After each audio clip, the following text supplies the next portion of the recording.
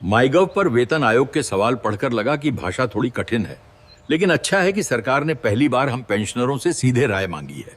जय हिंद साथियों, एक बार फिर से स्वागत है आपका एक और महत्वपूर्ण विषय के साथ जो जुड़ा है 8वें वेतन आयोग की लेटेस्ट अपडेट से।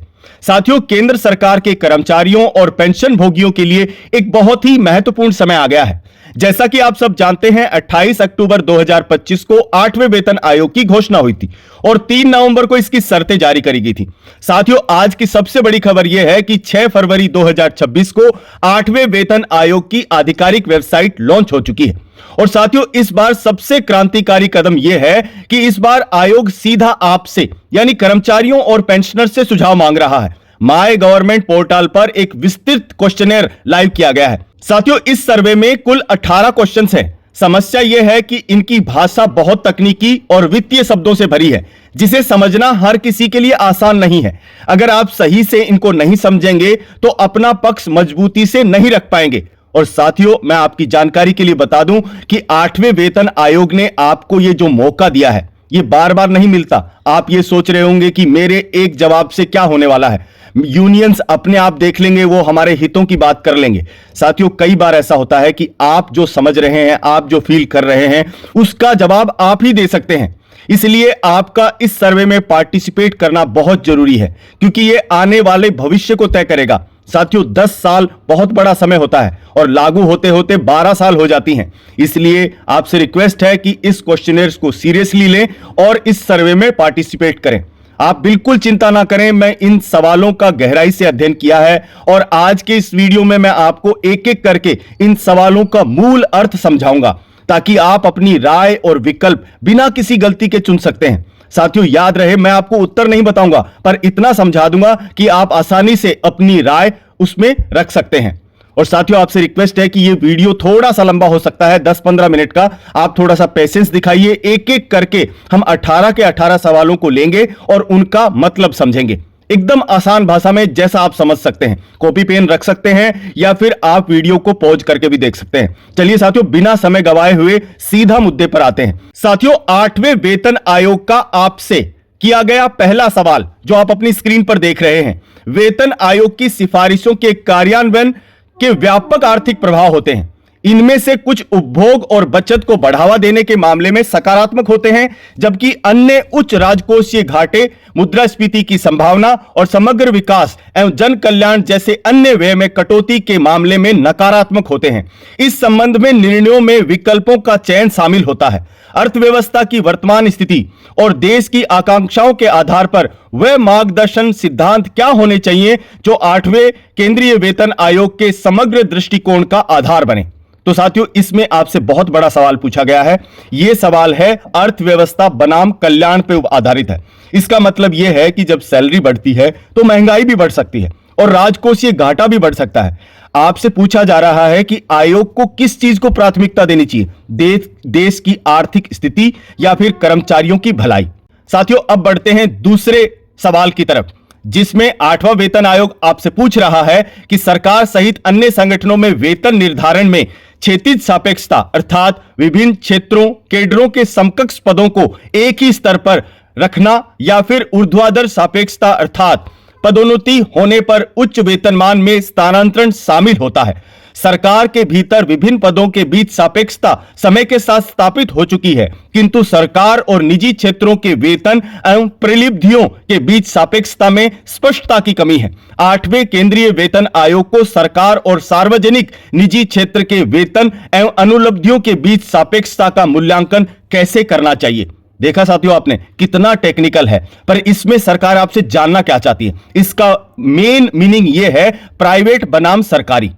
क्या सरकारी सैलरी को प्राइवेट सेक्टर की बड़ी कंपनियों के बराबर होना चाहिए, और 8वां वेतन आयोग जब इनका मूल्यांकन करे तो उनको किस चीज को मेन ध्यान में रखना चाहिए। साथियों, अब बढ़ते हैं तीसरे सवाल की तरफ, तो तीसरे सवाल में पूछा जा रहा है कि क्या 8वें केंद्रीय वेतन आयोग को सभी सरकारी विभागों में एक समान क्षैतिज सापेक्षता अपनानी चाहिए या उसे क्षेत्र विशिष्ट बेंचमार्किंग पर विचार करना चाहिए, जहां सरकारी कार्यों की तुलना उनके संबंधित उद्योग समकक्षों से की जाए। उदाहरण स्वरूप इंजीनियरों, वित्त अधिकारियों, स्वास्थ्य पेशेवरों के मामलों में ऐसा दृष्टिकोण अपनाने के क्या लाभ होंगे और इसे लागू करते समय किन बातों को ध्यान रखना चाहिए। तो साथियों, तीसरे सवाल का मेन मतलब यह है विशेषज्ञता के आधार पर वेतन, यानी स्पेशलिटी। जो जैसा काम कर रहा है उसको इस तरीके का वेतन मिलना चाहिए। साथियों, ये ऐसा क्यों जरूरी है? हो सकता है फौजी भाइयों की जो पेमेंट है, इसके बाद डॉक्टर हैं, इंजीनियर हैं, वित्तीय अधिकारी हैं, जिनका काम का तरीका अलग होता है और उनकी रिस्क अलग होती है। तो उनकी सैलरी तय होते समय क्या अलग अलग तरीका अपनाया जाना चाहिए उनके प्रोफेशनल सेक्टर के आधार पर? यह वेतन आयोग आपसे जानना चाहता है।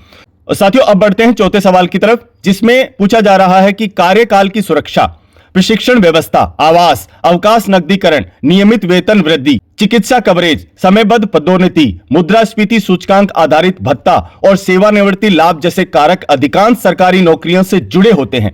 वेतन मैट्रिक्स तैयार करते समय तथा निजी क्षेत्र के मुकाबले सापेक्ष स्थिति निर्धारण करते समय इन कारकों को किस प्रकार शामिल किया जाना चाहिए?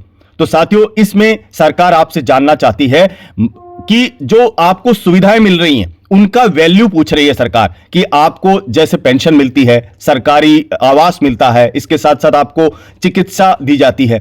तो सरकारी नौकरी में ये जो सुविधाएं मिलती हैं, सैलरी तय करते समय इन फायदों को क्रेडिट के तौर पर लिया जाए, मतलब कि आपको ये भी आपका मतलब सैलरी का हिस्सा है, इस तरीके से देखा जाए। तो इसके ऊपर आपका जो भी ओपिनियन है वो मांगा गया है। इसके बाद में पांचवा सवाल है, सरकारी रोजगार संगठित क्षेत्र का हिस्सा है, जबकि देश के कार्यबल का बड़ा भाग अनौपचारिक क्षेत्र और गिग इकोनॉमी में कार्यरत है। आपके विचार में सरकार द्वारा निर्धारित एंट्री लेवल वेतन मानों का अनौपचारिक या गिग क्षेत्र के मुआवजा पद्धतियों पर क्या प्रभाव पड़ता है? तो साथियों, यहां पर आपसे पूछा जा रहा है कि आपकी जो पेमेंट डिसाइड की जाएगी, सैलरी डिसाइड की जाएगी, उससे मार्केट पर क्या असर पड़ेगा। सरकार का जो एंट्री लेवल होता है, जब एक कर्मचारी भर्ती किया जाता है, उसकी जो एंट्री लेवल की सैलरी का बाहर के यानी प्राइवेट और जो गिग वर्कर्स हैं जैसे कि डिलीवरी बॉय, फ्रीलांसर, उनकी सैलरी पर क्या प्रभाव पड़ सकता है। तो सरकार ये जानना चाहती है कि ये हाई होना चाहिए, लो होना चाहिए, किस तरीके से डिसाइड किया जाना चाहिए, इसके ऊपर आपका विचार मांगा गया है। इसके बाद साथियों, अगला सवाल जो है, छठा सवाल, वो बहुत ही इंपॉर्टेंट है।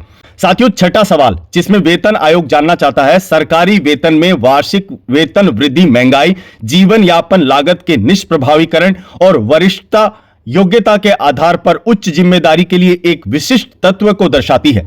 इस संबंध में वेतन आयोगों द्वारा अपनाए गए फिटमेंट फैक्टर का तात्पर्य क्या है और यह किस पहलू को प्रतिबिंबित करता है? ऐसे फिटमेंट फैक्टर का मुख्य उद्देश्य क्या होना चाहिए? तो साथियों, यहां पर वेतन आयोग ने सीधा आपसे पूछा है कि फिटमेंट फैक्टर कितना होना चाहिए।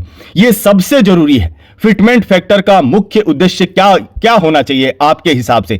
महंगाई, जीवन भरपाई या प्रमोशन, या 10 साल तक उस वेतन का कितना असर होगा? इन सभी बातों को ध्यान में रखकर आप बता सकते हैं कि फिटमेंट फैक्टर कितना होना चाहिए और उसके पीछे अपना तर्क दे सकते हैं। साथियों, अब आते हैं सातवें सवाल पर। सातवें सवाल में वेतन आयोग आपसे जानना चाहता है कि केंद्र सरकार में सचिव स्तर का वेतन आमतौर पर वेतन संरचना के शिखर का प्रतिनिधित्व करता है।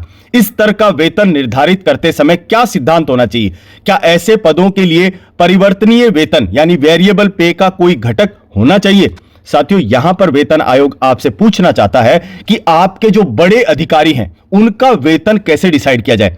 क्या सचिव स्तर के अधिकारियों के लिए वेरिएबल पे होना चाहिए कि काम के आधार पर बोनस जैसा कोई सिस्टम होना चाहिए? यह आपसे पूछा जा रहा है। तो साथियों, देखा आपने कि किस तरीके से वेतन आयोग हर एक क्षेत्र की चीजें आपसे पूछ रहा है, आपसे उनका मतलब उनके बारे में आपका क्या ओपिनियन है वो जानना चाहता है। अब बढ़ते हैं साथियों आठवें सवाल की तरफ। तो आठवें सवाल का मेन मतलब, अभी मैं सवालों को नहीं पढ़ूंगा, सीधा आपको उनका मतलब समझाऊंगा। तो साथियों, आठवां सवाल जो है वो प्रतिभा को आकर्षित करने के ऊपर है कि काबिल युवाओं को जोड़ने के लिए सैलरी शुरुआत में ज्यादा होनी चाहिए या कुछ सालों के अनुभव के बाद। इसके ऊपर आप अपनी राय रख सकते हैं। और साथियों, 9वां क्वेश्चन है इंक्रीमेंट की दर। क्या सालाना वेतन वृद्धि जो इंक्रीमेंट होता है सबकी बराबर होनी चाहिए या सीनियरिटी के साथ इसमें बदलाव होना चाहिए? साथियों 10वां सवाल कहता है भत्तों का चयन यानी कैफेटेरिया अप्रोच। ये एक बहुत ही यूनिक आइडिया है। साथियों इसमें सरकार वेतन आयोग आपसे यह कह रहा है कि क्या सरकार भत्तों की एक लिस्ट आपको दे दे और आप अपनी जरूरत के हिसाब से उनमें से चुन सकें। क्या यह पुराने सिस्टम से बेहतर होगा? तो इसके ऊपर साथियों आप जरूर अपना ओपिनियन है वो बताएं। इसके बाद साथियों बात करते हैं बाकी जो 8 सवाल हैं। वो सवाल विशेष रूप से आपकी पेंशन और कार्य प्रणाली से जुड़े हैं। अभी तक हमने देखा वो था अर्थव्यवस्था, आपकी वेतन इंक्रीमेंट और इसके बाद स्पेशलाइजेशन के ऊपर। अभी आगे के जो 8 सवाल है उसमें बात करी जाएगी आपकी पेंशन और कार्य प्रणाली के ऊपर। तो 11वां सवाल क्या कहता है कि न्यूनतम वेतन और पेंशन। इसमें पूछा गया है कि न्यूनतम वेतन तय करने का आधार क्या होना चाहिए? क्या इसे 15वीं भारतीय श्रम कांग्रेस के नियमों या बढ़ती महंगाई के हिसाब से तय किया जाए? साथियों 12वां सवाल कहता है पेंशन का निर्धारण। क्या पुरानी पेंशन स्कीम और नई पेंशन स्कीम के बीच के अंतर को कम करने के लिए नया फॉर्मूला क्या होना चाहिए? पेंशनर्स के लिए सम्मानजनक जीवन की परिभाषा क्या है? साथियों वेतन आयोग आपसे जानना चाहता है कि पेंशनर को कितनी पेंशन दी जाए कि उसका जीवन सम्मानजनक तरीके से गुजारा जा सके। 13वां सवाल है मेडिकल सुविधाओं से जुड़ा हुआ, सीजीएचएस, ईसीएचएस, बाकी सब सुविधाओं के बारे में। क्या पेंशनर के लिए कैशलेस मेडिकल सुविधा को और विस्तार देना चाहिए? क्या फिक्स्ड मेडिकल अलाउंस एफएमए की राशि को बढ़ाना जरूरी है और अगर जरूरी है तो क्यों जरूरी है? इसके बाद साथियों 14th क्वेश्चन क्या बोलता है? कम्यूटेशन की बहाली। साथियों ये मुद्दा बहुत ही ज्यादा उठाया जा रहा है। साथियों जैसा आप जानते हैं कि वर्तमान में पेंशन का कम्यूटेटेड हिस्सा 15 साल के बाद बहाल होता है। क्या इसकी समय सीमा को घटाकर 12 साल या उससे कम करना तार्किक होगा? इसके ऊपर आप अपनी राय दे सकते हैं। साथियों देखो सीधा मौका है आपको वेतन आयोग को बताने का कि आप क्या सोचते हैं। 15वां प्रश्न जुड़ा है ग्रेजुइटी और लीव इनकेसमेंट से। क्या सेवानिवृत्ति के समय मिलने वाली ग्रेजुइटी की अधिकतम सीमा को महंगाई के साथ ऑटोमेटिक बढ़ना चाहिए और जो आपका लीव इनकेसमेंट है उसको किस तरीके से देखा जाए? इसके बाद में 16वां सवाल है कार्य के घंटे और वर्क लाइफ बैलेंस। क्या सरकारी दफ्तरों में 5 डे वीक या वर्क फ्रॉम होम जैसी आधुनिक विकल्पों पर विचार किया जाना चाहिए? इससे उत्पादकता पर क्या असर पड़ सकता है? और साथियों 17वां सवाल यह है कि पेंशन संशोधन की फ्रीक्वेंसी। क्या पेंशन सिर्फ 10 साल में एक बार यानी वेतन आयोग के साथ बढ़नी चाहिए या हर साल या हर 5 साल में इसका रिव्यू होना चाहिए? इसके ऊपर आप क्या सोचते हैं? अपनी राय वेतन आयोग को बता सकते हैं। और साथियों आखिरी सवाल है डिजिटल गवर्नेंस और दक्षता। क्या टेक्नोलॉजी के आने से सरकारी कर्मचारियों के काम का बोझ कम हुआ है? क्या इसके आधार पर सैलरी स्ट्रक्चर में बदलाव होना चाहिए? यहां पे साथियों बहुत बड़ा सवाल है। सरकार ये जानना चाहती है, वेतन आयोग ये जानना चाहता है कि जैसे आपके पास कंप्यूटर आ गए, आपके पास डिजिटल चीजें आ गई तो आपका काम आसान हो गया, तो इससे क्या आपकी सैलरी में बदलाव किया जाना चाहिए? तो साथियों इसका आंसर बहुत ही ध्यान से सोच समझ के करना है। तो साथियों ऐसा मौका बार बार नहीं आता। ये वेतन आयोग 10 साल में एक बार आता है और ये पहली बार है कि सरकार आपसे आपके विचार सीधे पूछ रही है। तो इसलिए माय गवर्नमेंट पोर्टल पर जाएं, अपने मोबाइल नंबर से लॉगिन करें और अपनी ईमानदारी भरी राय जरूर दें। साथियों मैंने आपको 18 जो सवाल पूछे गए हैं उनको आसान भाषा में समझाने की कोशिश की है। आप उनको समझ सकते हैं, वीडियो को फिर से देख सकते हैं। याद रखें आपकी एक राय आने वाले 10 सालों का भविष्य तय करेगी। साथियों अगर आपको यह जानकारी मददगार लगी हो, इंफॉर्मेटिव लगी हो तो अपने सभी व्हाट्सएप ग्रुप में शेयर कीजिए ताकि हर कर्मचारी और पेंशनर सही तरीके से इस सर्वे में भाग ले सके। साथियों वीडियो को लाइक करें और चैनल को सब्सक्राइब करना ना भूलें ताकि 8वें वेतन आयोग की हर अपडेट आपको हम सबसे पहले बता सकें। साथियों फिर मिलेंगे एक ऐसी ही जरूरी जानकारी के साथ। तब तक के लिए जय हिंद, जय भारत, वंदे मातरम।